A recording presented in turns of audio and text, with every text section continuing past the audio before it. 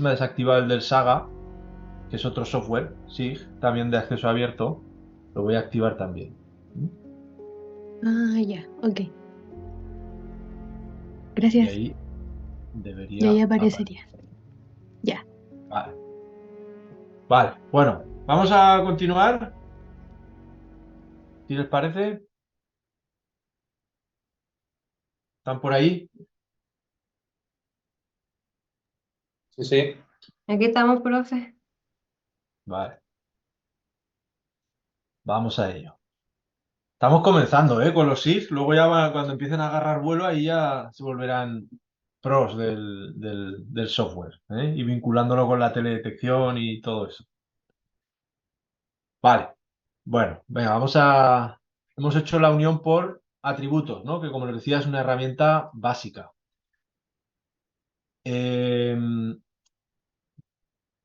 Vamos a generar una simbología. Yo puedo ir a mi shapefile del censo, puedo ir a las propiedades, y aquí en simbología es donde puedo ir generando las diferentes distribuciones de colores, etcétera, ¿verdad? En función de un atributo, que puede ser categórico, numérico, etcétera, etcétera. Si le pido, por ejemplo, que me haga una representación categorizada en función del ámbito, y le doy a clasificar, me va a representar los tres tipos de entidades que tengo. Entidades rurales, manzanas censales, que son las urbanas, y manzanas sin información, es decir, manzanas en las que no hay población, ¿no? Y este que sale aquí por defecto, todos los otros valores lo pueden borrar, lo pinchan y le dan al menos, porque eso sale siempre por defecto. Entonces, si se fijan, si voy aquí a la zona de San Pedro, aquí he generado esta simbología, en este caso, donde cada polígono se le ha pegado un color en función de ese atributo, ¿no? Del atributo de si está, si tiene una entidad rural, una manzana censal o no. Vale. Podría generar una simbología graduada. Vamos a ver si hay algún atributo numérico disponible. Por ejemplo, esta de total de personas, ¿verdad? Podría construir una serie de intervalos, obviamente basándome en una categorización oportuna, total de personas, y ahí podría rápidamente construir un mapa, digamos, de densidad de población, ¿verdad? Asociado a las manzanas urbanas.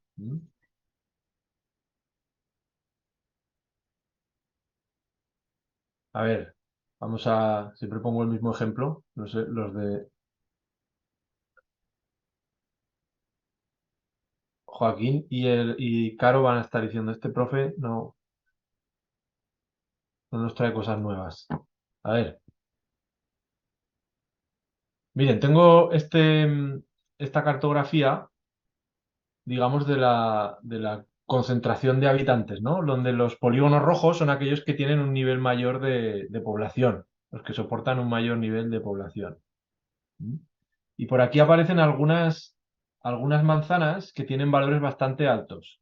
Esto es Concepción. Si se fijan, esto es Collao, ¿verdad? Y aquí aparecen un par de manzanas con mucha población. ¿Sí? Bueno, pues esta que aparece aquí, ¿sabes lo que hay en esta manzana de acá? Esta que aparece más rojita. Le puedo poner una transparencia también a mi, así como se le hacía a la hoja de datos raster, al vector también se la puedo poner, aunque no tiene mucho sentido en este caso. Pero esto de aquí, ¿sabes lo que es? La cárcel, ¿o no? Exacto, eso es la cárcel. Entonces, la cárcel lamentablemente concentra mucha población, ¿verdad? Entonces, cuando estemos haciendo, por ejemplo, un estudio de riesgos y queramos cuantificar la exposición, tenemos que ver qué hacemos con este polígono, porque eso nos va de alguna forma a desvirtuar la distribución de los niveles de exposición, ¿no? Bueno, esto está abordado también en el ejercicio en uno de los ejercicios, en el 2, ahí le pueden echar un vistazo.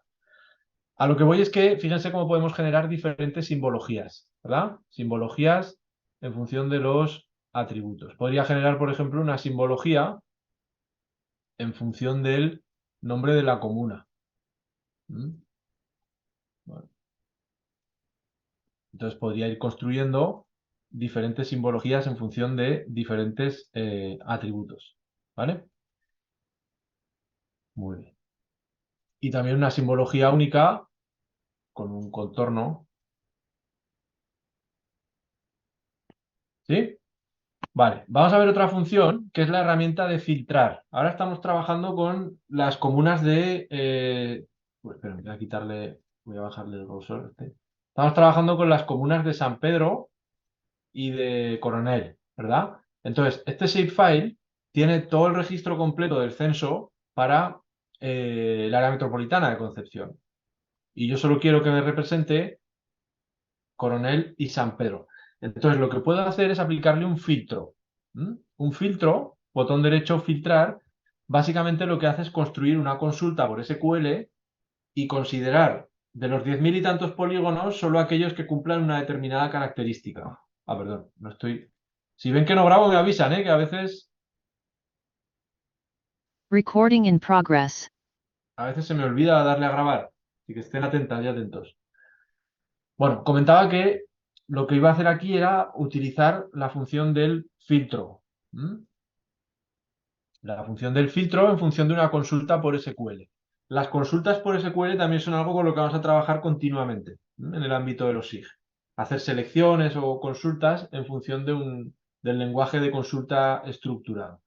Entonces, en este caso, sobre el CPV voy a ir a filtrar y fíjense que se me abre el constructor de consultas, ¿no? Y aquí es donde voy a utilizar los diferentes campos para que me considere solo los polígonos que cumplan unas características. En este caso, que el nombre de la comuna sea igual a San Pedro de la Paz, fíjense, nombre de comuna igual a San Pedro de la Paz, o nombre de comuna igual a Coronel.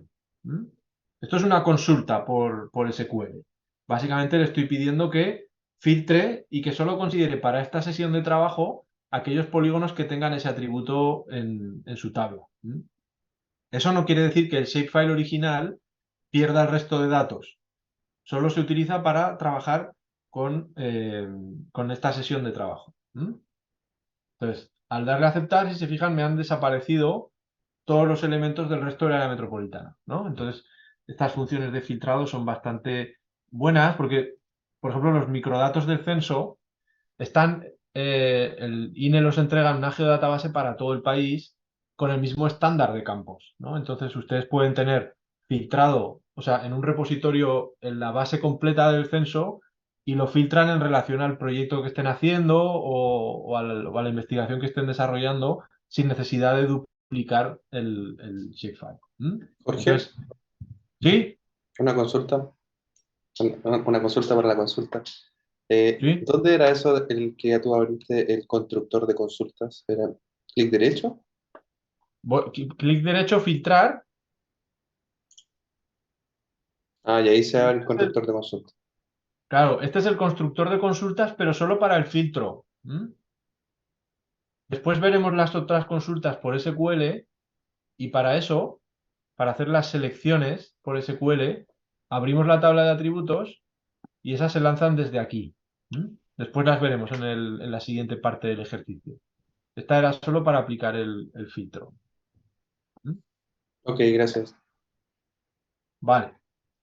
Bueno, vamos a avanzar con el ejercicio. Vamos a ver ahora esta parte de aquí que tiene que ver con integrar al dato de las edificaciones la información de la amenaza, ¿no? De la amenaza asociada al peligro de tsunami. Entonces, ahora vamos a desactivar por ahora la base del censo y vamos a activar la de las edificaciones y las del CITSU. Voy a abrir la tabla de atributos de las edificaciones, que si se fijan se demora bastante. Y tengo 139.000 polígonos, 139.000 huellas, perímetros de edificaciones asociados a la planicie del borde costero. Entonces, ahora lo que yo quiero hacer es a cada uno de estos polígonos le quiero asignar un nuevo campo que codifique la profundidad de la inundación. Entonces, quiero pegarle aquí un nuevo atributo que contenga esa profundidad de la inundación. Para hacer eso, vamos a utilizar una herramienta que es una unión por localización espacial, que es otra de las herramientas de base que van a utilizar continuamente en el ámbito de los SIG. Y esta herramienta es bastante simple. Tenemos dos coberturas, en este caso las edificaciones, un polígono más chico y la amenaza de tsunami. Y lo que hace el software es superponer la edificación sobre el tsunami y extraerle el atributo de la profundidad de la inundación. Entonces, eso es lo que hace esta herramienta. Pero antes de aplicarla, vamos a estandarizar algunas cosas. Vamos a ver. Voy a desactivar las edificaciones y voy a ver las dos coberturas del Fitsu. Si se acuerdan, si voy a las propiedades y se acuerdan de cuando lo hemos cargado, voy a la información. Este archivo es un archivo KMZ, no es un shapefile. Entonces, si bien podemos trabajar con KMZ también, de hecho podemos lanzar las consultas sobre un KMZ, es más recomendable hacerlo sobre un shapefile, ¿vale? Entonces, lo que vamos a hacer es transformar estos dos KMZs a shapefile. Y para eso tenemos que tener varias cosas en cuenta, porque si se fijan está separado uno para Coronel y otro eh, para San Pedro. Entonces lo que necesitamos es fusionarlos y aplicar una unión de ambos y construir un único shapefile. ¿Sí? Entonces, ahora estamos entrando ya en las funciones de geoprocesamiento, que son las que vamos a ver después, conforme vayamos avanzando en la clase, vamos a ir viendo las funciones de geoprocesamiento. ¿Vale? A ver, voy a buscar el PDF para mostrarles. Este PDF creo que no se lo he subido todavía, después se lo subo. Profe, una consulta. Dígame, El Shih Tzu de Coronel, ¿dónde lo pillaba? en la entrega 2, ¿En qué parte? Ah, en el KMZ. en el KMZ, claro. Ya, fue el único que no revisé. Ya, gracias, profe. A ver, déjenme abrir. Tengo algunos problemas aquí con el PowerPoint, con Linux. Ya saben que el software comercial y el abierto no se suelen llevar muy bien. Miren, esta es la presentación que vamos a ir viendo después. Y fíjense que hemos visto las uniones por atributos, vamos a empezar a ver las consultas por SQL y luego veremos también las funciones de geoprocesamiento vectorial. Esas son las 7 funciones que necesitan, 7 funciones básicas para el componente de geoprocesamiento vectorial. ¿Vale? Son funciones bastante simples, las iremos viendo una por una. Y la que vamos a ver ahora es la de unir, que es esta de aquí, el fusionar, el merge, unir capas vectoriales. Entonces, si se fijan, tenemos la información del Zip-Su, la tenemos dividida en dos coberturas, ¿no? Que están en formato KMZ, no es shapefile. Entonces, necesito construir una única cobertura que tenga todos los polígonos en un shapefile único. Y para eso voy a usar la función de unir. A ver, y aquí vamos a ver, porque ahora como van cambiando las traducciones, esta diapo estaba ya un poco antigua. Si escriben combinar, en vector general les aparecerá combinar capas vectoriales. Entonces, esta ya es una función de geoprocesamiento vectorial. Todas estas funciones pueden ver la ayuda. Aquí abajo tienen la ayuda. Y si la activan, la ayuda de QGIS no es tan buena como la de ArcGIS en ese sentido. La de ArcGIS es mucho más potente, pero bueno, igual pueden comprender qué hace cada función y cuáles son las variables que debemos definirle. Vale, entonces fíjense que esta nos pide las capas de entrada y el SRC. ¿Se acuerdan del concepto del SRC, del sistema de referencia de coordenadas? Sí. ¿Sí? ¿Qué sistema de referencia de coordenadas tiene mi proyecto? El que ven en pantalla. Eh,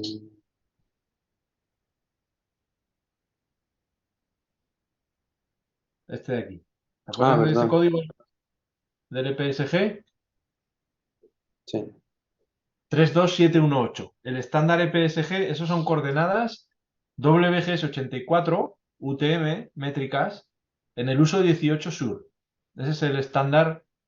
Bueno, no, en realidad no es el estándar, porque el estándar que deberíamos usar es este, es SIRGAS.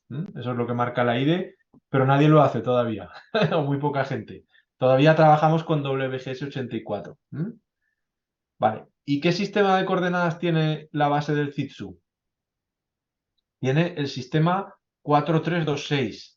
WGS84, pero fíjense en las unidades, son unidades geográficas, no son metros. Entonces, recuerden que Google Earth, cuando generamos un KMZ, lo construye en coordenadas geográficas, en grados, y eso no nos sirve a nosotros, ¿no?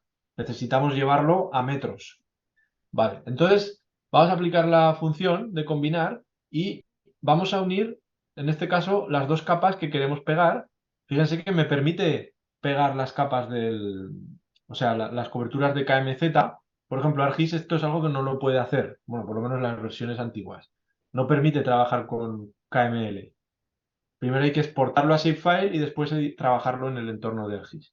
Entonces, esas son las dos capas que voy a unir, que voy a fusionar, ¿no? Las dos entradas.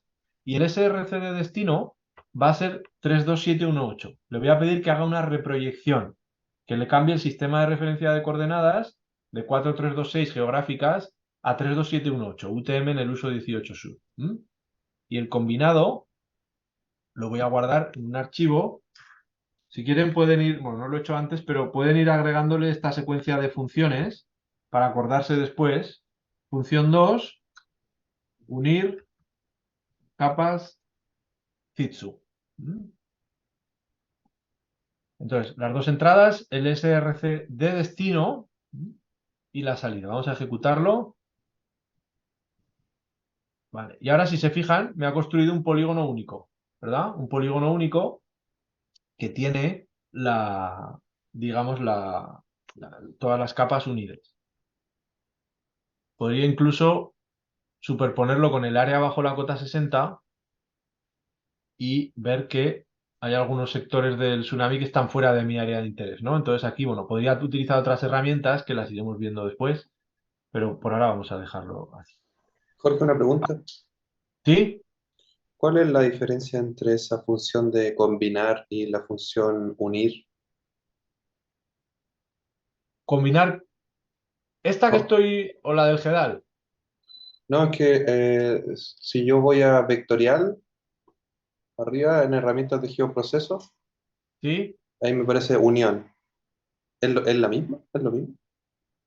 Es que no porque esta creo que elimina el solape, creo, que elimina el error topológico si es que existe un solape. No es que esta lo que hace, la otra, la de combinar, toma las dos coberturas y las une, las pega en un nuevo shapefile sin corregir estos solapes, sin corregir las topologías ni nada de eso. Y esta creo que El sí solape que, tú te refieres como a cuando se superponen. claro, cuando hay una superposición entre ambas. Ya, ¿Mm? Pero en este caso, en los datos del Zitsu no hay superposición. ¿Mm? ok, gracias. Es que lo que les comentaba es que ya les digo que hay muchas herramientas que se parecen bastante, en términos del nombre y todo eso, y algunas hacen cosas muy parecidas con leves modificaciones. Pero lo iremos viendo también. Lo que me interesa de aquí es que vean, al abrir la tabla de atributos, que vean la tabla de atributos que nos ha construido. Si se fijan, aquí tenemos una serie de campos asociados a la tabla, que son este de aquí, el description, timestamp, begin. Todo esto viene del archivo KML. Entonces, todo esto no nos sirve. El único que nos sirve es este de aquí, es el nombre, que es el que nos habla de la profundidad de la inundación. Entonces, lo que puedo hacer es editar mi shapefile, siempre para cuando quieran hacer alguna modificación, agregar algún campo, simplificar alguna cosa, tienen que iniciar una sesión de edición sobre el shapefile. Entonces, ahí se conmuta la sesión de edición. Fíjense que se han activado algunas funciones y lo que voy a hacer aquí primero es borrar campos. Todos estos campos los voy a borrar. Solo me interesa el nombre. Todos los demás los selecciono y los borro. ¿Mm? Y ahí los guardo. Estoy simplificando mi tabla. Igual este campo habría que trabajarlo porque tiene un nombre muy largo, ¿no? Profundidad de la inundación. Sería ideal ajustarlo para que no tuviese un nombre tan largo. ¿Mm? Entonces, ahora es donde viene la unión por localización espacial, donde viene lo complicado. ¿Mm? Vamos a ver si mi equipo lo hace esto, pero tengo un equipo bastante potente. Vamos a ver si no les presenta problemas su equipo.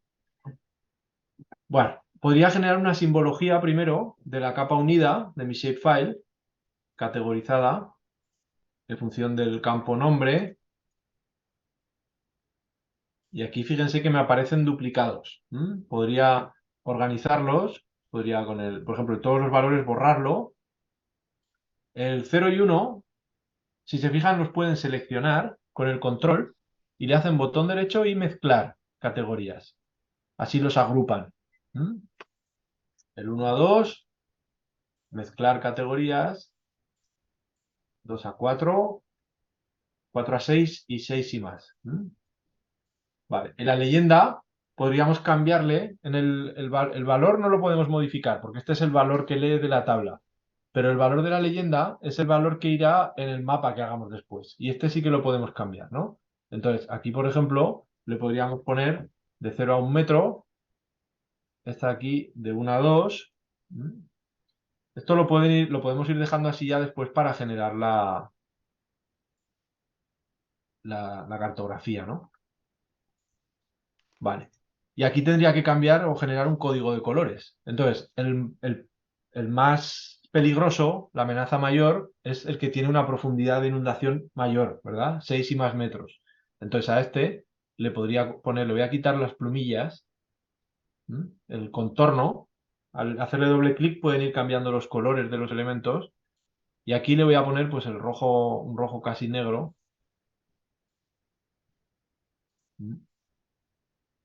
Y aquí un rojo.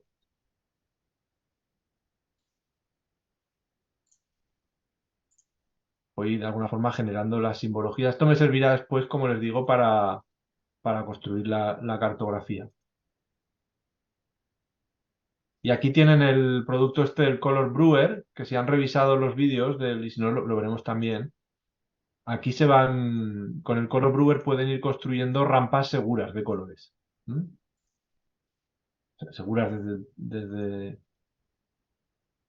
el punto de vista del diseño. Vale, ahí tengo mi cartografía, mis polígonos, donde tengo cada uno de los colores asociados a la profundidad de la inundación. Vale. ¿Qué me pide el ejercicio? El ejercicio me está solicitando que le pegue de alguna forma a las edificaciones el atributo de la profundidad de la inundación. El primero es ese y luego el tema de la zonificación del plan regulador comunal.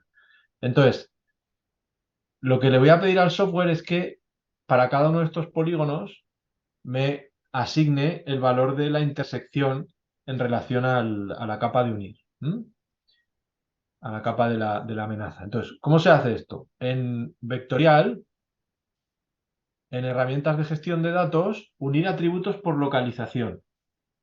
Ese es el shapefile. O sea, perdón, la función que necesito. Entonces, la capa base es la de edificaciones. Esa es a la que le queremos pegar los atributos, ¿no? Y le queremos unir los atributos de la capa del Zitsu fusionada. Aquí podríamos seleccionar el predicado geométrico, si interseca, si contiene, está totalmente dentro, porque obviamente hay polígonos que están atravesados por varios niveles de amenaza, ¿no? Entonces ahí tendríamos que afinar un poco cuál es la forma más correcta de hacerlo.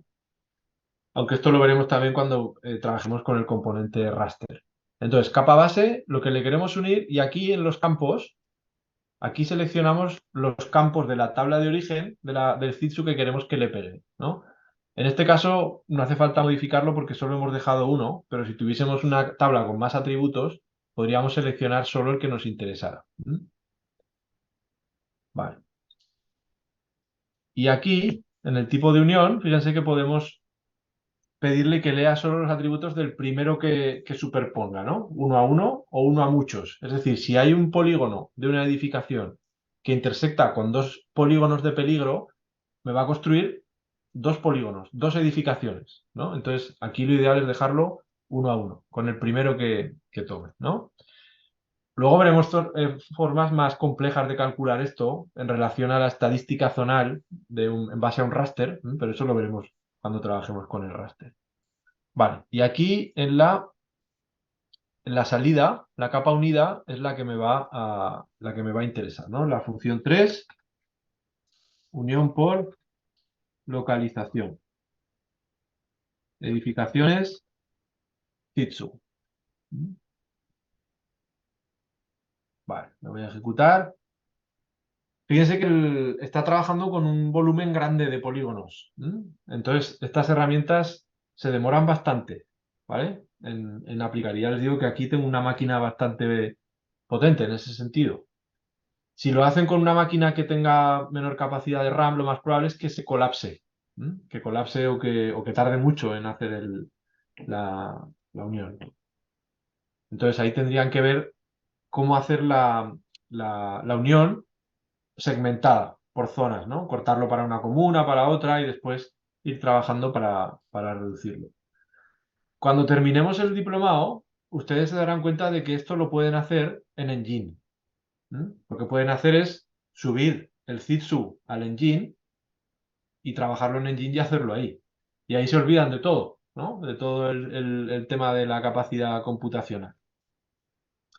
Vale. Aparentemente lo que me ha devuelto es lo mismo, ¿no? Son una cantidad de polígonos, pero que si se fijan,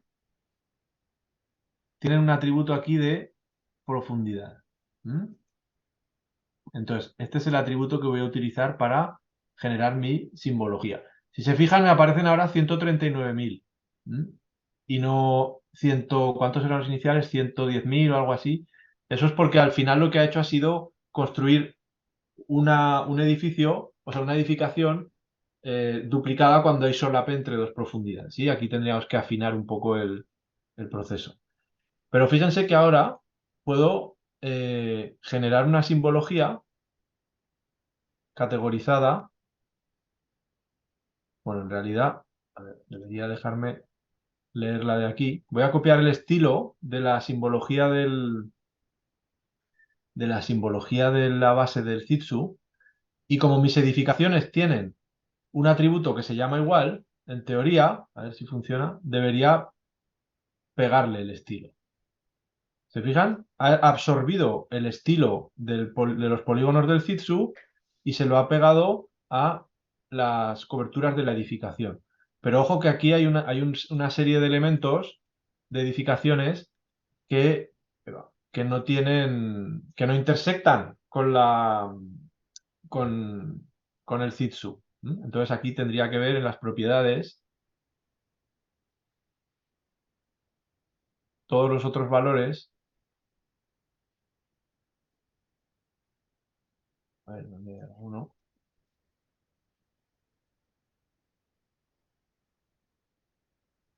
Se fijan que al cargar todos los otros valores, me lee los que no extrajeron atributo del Zitsu, porque no había superposición, ¿no? Porque la amenaza no llega hasta esa zona.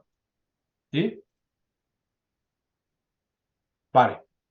Entonces, fíjense cómo hemos sido capaces de atributar las edificaciones con este factor asociado a la, a la amenaza del Zitsu. ¿Dudas? ¿Comentarios? Yo tengo una duda. Adelante. Es un poco eh, antigua ya para todo el avance, pero no te quise cortar la inspiración. Al momento de combinar las capas vectoriales, yo lo estaba haciendo aquí en mi computador y no sé si me salté un paso o quizás me distraje, pero en la tabla de atributos del combinado tengo los atributos duplicados, como que, no sé, por ejemplo, tengo dos atributos que corresponden a una profundidad de inundación de 0 a 1 metro. Sí, está bien, está bien. Tú también lo tienes. Sí, sí, sí. Ah, Eso ya. es porque vienen, los shapefiles originales vienen, no están estandarizados, homogeneizados. Aquí lo que creo que ocurre es que hay un espacio después del 0 y 1, o un salto de carro, un return de estos. Eso está bien. Ya. Ahí lo que he hecho ha sido generar en la simbología, cuando he cargado la simbología, lo que he hecho al clasificar me aparecen, ¿ves? Me aparecen duplicados todos. Entonces lo Ujú. que he hecho ha sido irlos seleccionando, botón derecho y mezclar categorías para agruparlos, Ah, ya, eso ¿vale? no sabía que se podía hacer. Pero es un error de los datos de origen. Ya. Aquí lo ideal sería que esto lo hubiésemos trabajado antes y lo hubiésemos unificado y hubiésemos agregado un campo nuevo con el valor acotado, ¿no? Más chico y simplificado. Y si hay dos polígonos que sean iguales, lo que hacemos es disolverlos, unirlos con una herramienta que os mostraré después para el geoprocesamiento.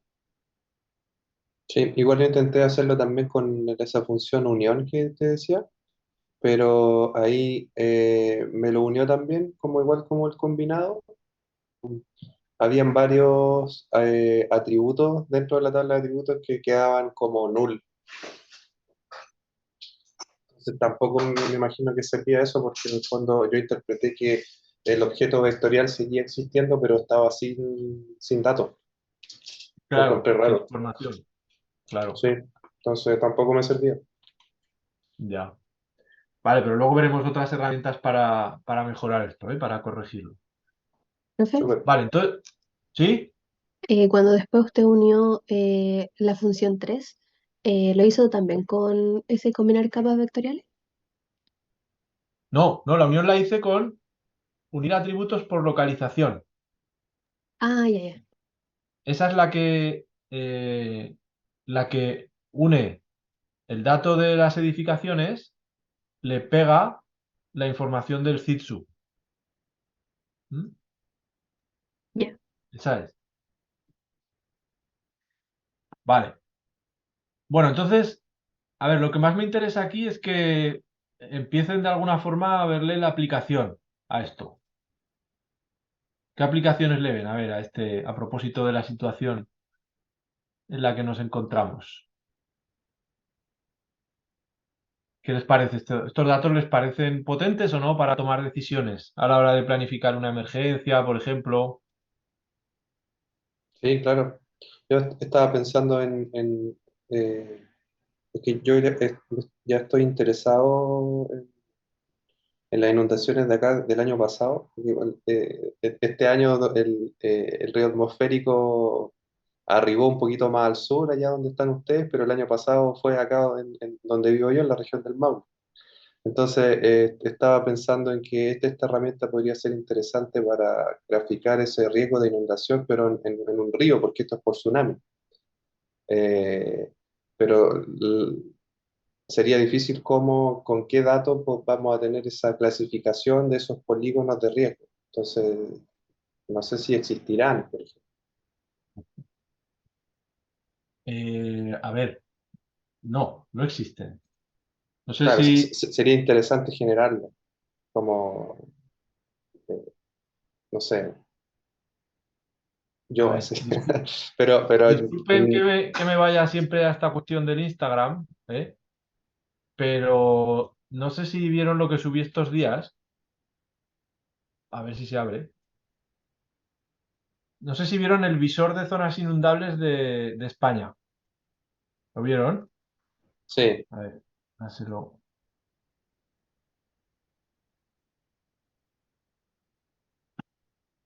Este de aquí.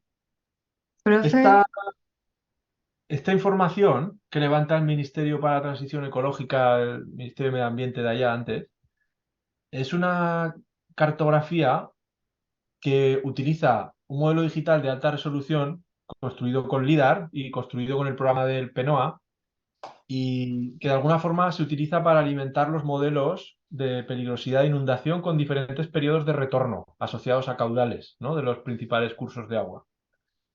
Entonces, fíjense que ahí tiene periodos de retorno de 10 años, 100 años, 500 años. Entonces, es un visor en el que uno puede directamente ver, en función del modelo, la extensión de un área inundada, ¿no? En función de estos modelos. Y esto no falla, ¿eh? Les digo, si tenemos un modelo digital de elevaciones óptimo, con todos los bloqueos y todas las variables con las que se alimentan estos modelos de RAS e IBER, no sé si han trabajado alguna vez con esto, los datos que genera son bastante precisos. Y si tenemos, por otro lado, las edificaciones, por ejemplo, con los datos de Google, podemos rápidamente superponerlo. Ahora, el problema que tenemos en Chile es que no tenemos la información de base para construir el modelo LIDAR, el modelo digital de elevaciones. Y ahora les voy a comentar un dato interesante. Hace poco estaba hablando con mi profe allá en España al respecto del PENOA. No sé si les he hablado ya del PENOA en España, el Plan Nacional de Ortofotografía Aérea. Fue una iniciativa del Estado y de las comunidades, de lo que serían las regiones aquí, para levantar esa información de base. Ese vuelo LIDAR para todo el territorio del Estado español, 500.000 de kilómetros cuadrados. Le pregunté cuánto había. La primera versión, ahora van por la tercera, creo, tercera o cuarta. La primera versión la levantaron en 2009. Datos LIDAR para todo el país. Ahora van por la tercera o la cuarta. ¿Y saben cuánto cuesta levantar esa información para todo el país? Para todo el Estado español, que tiene 500.000 de hectáreas. No. Cuesta 40 millones de dólares. Ustedes dirán, pucha, 40 millones de dólares es muchísimo dinero. Pero con eso construimos el DEM y muchas otras cosas, incluso cosas que sirven para que el Estado tribute más, cobre más tributos por las edificaciones, porque para eso se hizo en inicio. Con 40 millones de dólares tenemos el insumo necesario para hacer esta cosa. Entonces, uno piensa, bueno, ¿cuáles son las prioridades, ¿no? para generar información que sea útil? Hace poco veíamos por ahí que se aprobaron los recursos, el gobierno regional del Biobío aprobó los recursos para traer el rally móvil. ¿Saben cuánto se ha destinado al rally móvil en los últimos 3, 4 años para traerlo al Biobío? No. La etapa de esta cuestión de los autos que vienen a correr. 23 millones de dólares. Con ese dinero podríamos volar y tener datos LIDAR para la mitad del país, prácticamente, para la mitad de Chile. ¿Y qué resolución tendrían esos datos líder? Los últimos tienen 5 puntos por metro cuadrado. Para cada metro cuadrado hay 5 mediciones de LIDAR, de la nube de puntos. Y Con eso se eso puede, es convertido a resolución espacial, como si fuese un raster. pues con eso se puede construir un DEM de 1 metro más o menos, de 1 metro de píxel. Un metro por píxel.